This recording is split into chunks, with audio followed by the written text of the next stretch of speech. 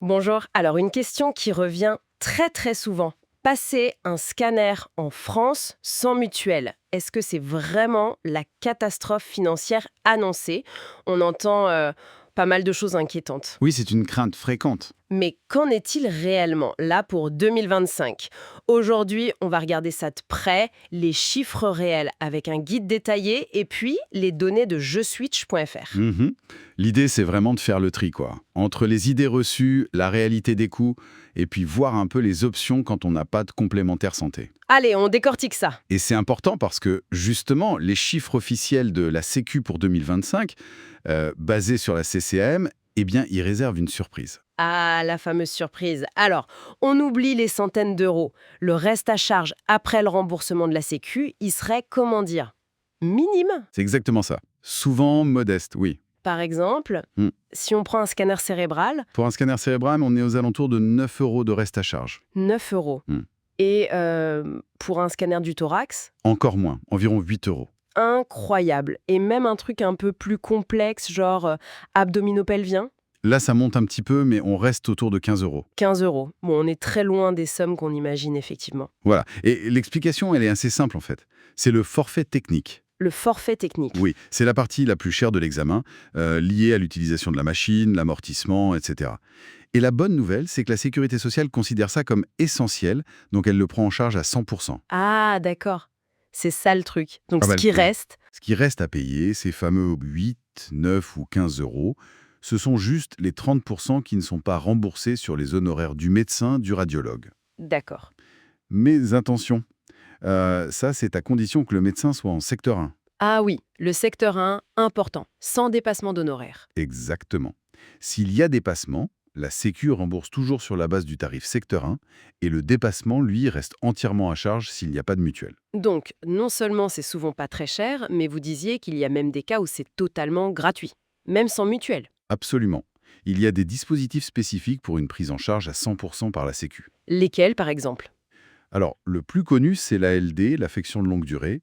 Si le scanner est en lien avec une maladie chronique reconnue comme ALD, Mhm. il y a aussi la CSS, la complémentaire santé solidaire, qui remplace l'ancienne CMUC et l'ACS. C'est pour les personnes qui ont des revenus modestes. D'accord. Et enfin, il y a l'AM, l'aide médicale de l'État, pour les étrangers en situation irrégulière, mais sous certaines conditions très précises. Donc, première chose à faire si on est concerné, vérifier son éligibilité à l'un de ces dispositifs. C'est ça, c'est crucial. Bon, mais alors, si ça coûte si peu, voire rien du tout, pourquoi on s'embêterait avec une mutuelle qui, elle, coûte de l'argent tous les mois? C'est un peu la question qui vient naturellement, non? Ben oui, mais l'équation est plus large en fait. C'est vrai, pour un scanner isolé en secteur 1, la mutuelle n'est pas indispensable. Mais la santé, c'est pas juste un scanner de temps en temps. C'est sûr. Une mutuelle, ça couvre plein d'autres choses.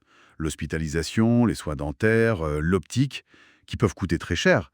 Et surtout, elle va couvrir les dépassements d'honoraires, qui sont fréquents dès qu'on sort du secteur 1 ou qu'on consulte certains spécialistes. Oui, les dépassements, c'est souvent là que ça coince sans mutuelle. Exactement. Et puis, il y a le calcul économique global. JeSwitch.fr, par exemple, rapporte que leurs utilisateurs, en comparant et en changeant de contrat, ils économisent en moyenne 416 euros par an. Ah oui, 416 euros. Bah oui, cette économie annuelle, elle couvre largement le coût de plusieurs scanners, même avec un petit reste à charge. Ça apporte une sécurité financière globale, une tranquillité d'esprit. C'est vrai que cette somme, 416 euros par an, ça relativise le coût de la cotisation face au risque global. Donc, conseil pratico-pratique pour quelqu'un qui n'a vraiment pas de mutuelle et doit passer un scanner, comment faire pour payer le moins possible? Alors, deux règles d'or, vraiment. La première, toujours respecter le parcours de soins coordonné. Il faut l'ordonnance de son médecin traitant. Ok, ça c'est la base. Et la deuxième, capitale, choisir impérativement un radiologue ou un centre qui est en secteur 1. Vraiment insister là-dessus au moment de prendre rendez-vous.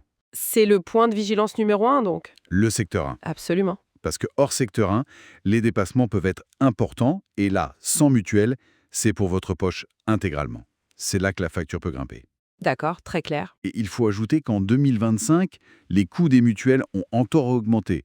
On parle d'environ 10% en moyenne. Oui, ça pique un peu. Du coup, comparer, optimiser son contrat, ça devient encore plus pertinent. Des plateformes comme Je Switch, qui est d'ailleurs très bien notée, 4,9 sur 5 par ses utilisateurs, permettent justement de trouver le meilleur équilibre entre ce qu'on paye et ce pourquoi on est couvert. Donc, si on résume, le scanner sans mutuelle en 2025, c'est souvent bien moins cher qu'on pense, entre 8 et 15 euros de reste à charge en secteur 1. C'est ça, grâce à la prise en charge du fameux forfait technique par la Sécu. Tout en gardant en tête qu'il y a des cas de gratuité possibles via la LD, la CSS ou l'AM. Et surtout, le choix crucial du secteur 1 pour éviter les dépassements.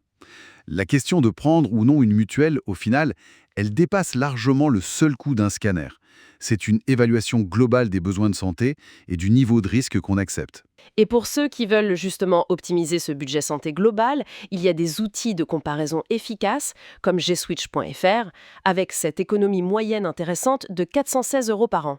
Alors peut-être une question pour terminer, pour réfléchir un peu. Sachant que le coût direct d'un scanner standard sans mutuelle est finalement assez bas, mais que les autres frais de santé peuvent vite grimper, et que les mutuelles coûtent plus cher, où est-ce que chacun place le curseur?